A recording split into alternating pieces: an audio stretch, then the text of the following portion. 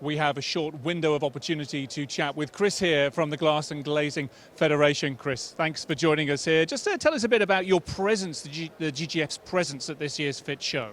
Thank you. Yeah, well, we're here today on this stand. This is the GGF stand, but we also have our group companies on the next door stand. So we have FENSA, which runs the Competent Person Scheme, BFRC, which is the Energy Rating Scheme. So they're all here today, and we're here to answer questions and to meet a lot of our members and our registrants. Fantastic. And you mentioned your presence here, obviously, with partners next door. You were also presenting this morning as well, weren't you? Tell us about that. Absolutely, yeah. It was really interesting to get the first slot today and actually get the message out. So we've got a document that's called A Window of Opportunity, which we've just recently published. And it's a line in the sand, really, that helps people understand heat loss through windows and doors, how we compare to the rest of Europe. But the benefits of replacing windows and doors with new doors, new windows that meet the current regulations, and the savings that could be made in terms of carbon footprints, but also money from homeowners that they'll save on their energy bills as well. So it's really critical we get the message out there.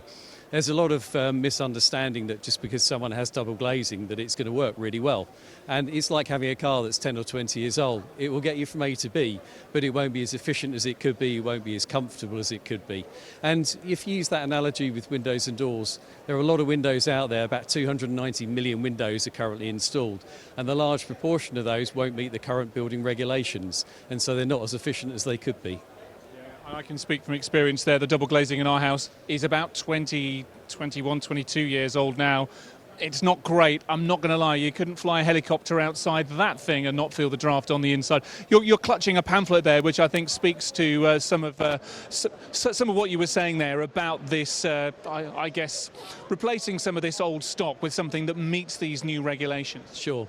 What we wanted to do was to put together a really easy to understand document. So this is our infographic. It's called A Window of Opportunity. It's available from the GGF. And it's 4 pages. And what it does is it sets out through using really simple graphics what the issues are, what the solutions are, but also the opportunities as well.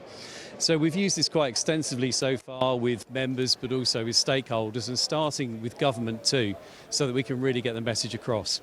We were fortunate to meet with Grant Shapps a couple of weeks ago. So he's the Secretary of State for Energy Security and Net Zero, and we actually went through this document with him and gave him all of the information. So, we're really keen that a fabric first approach is taken by government, and that windows and doors are on the same par as other insulation measures, because fabric first is the right approach. And another way, we're talking about energy efficiency here, but also in terms of sustainability.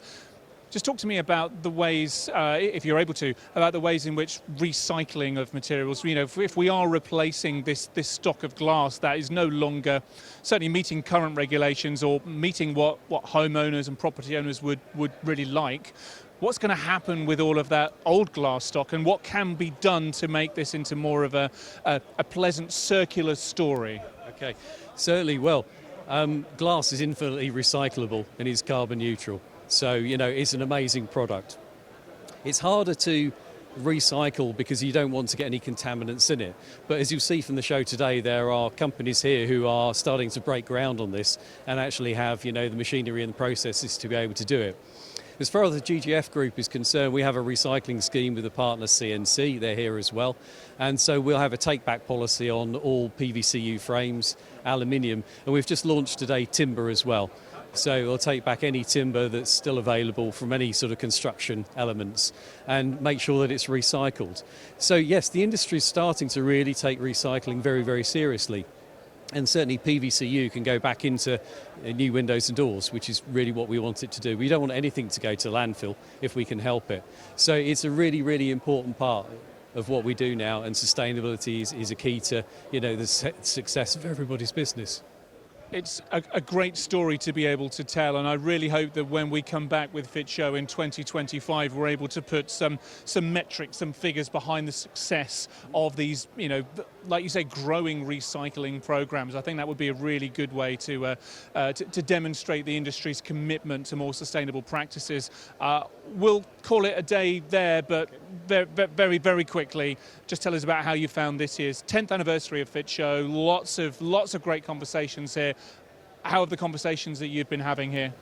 The conversations have been really, really positive, and it's great to meet people face to face. As you know, we've had a few years where we haven't really been out that much, and so yeah, to get here and see friends as well, other companies that we work with, and some of our own staff from time to time, it's been an absolute pleasure. We started to see a real pick up in the number of people attending these types of shows. The footfall's been fantastic, so we've had a great show so far. We look forward to tomorrow. Looking forward to it as well. Chris now from the GGF, thank you very much indeed for joining us. I hope tomorrow goes well. Thank you. Cheers.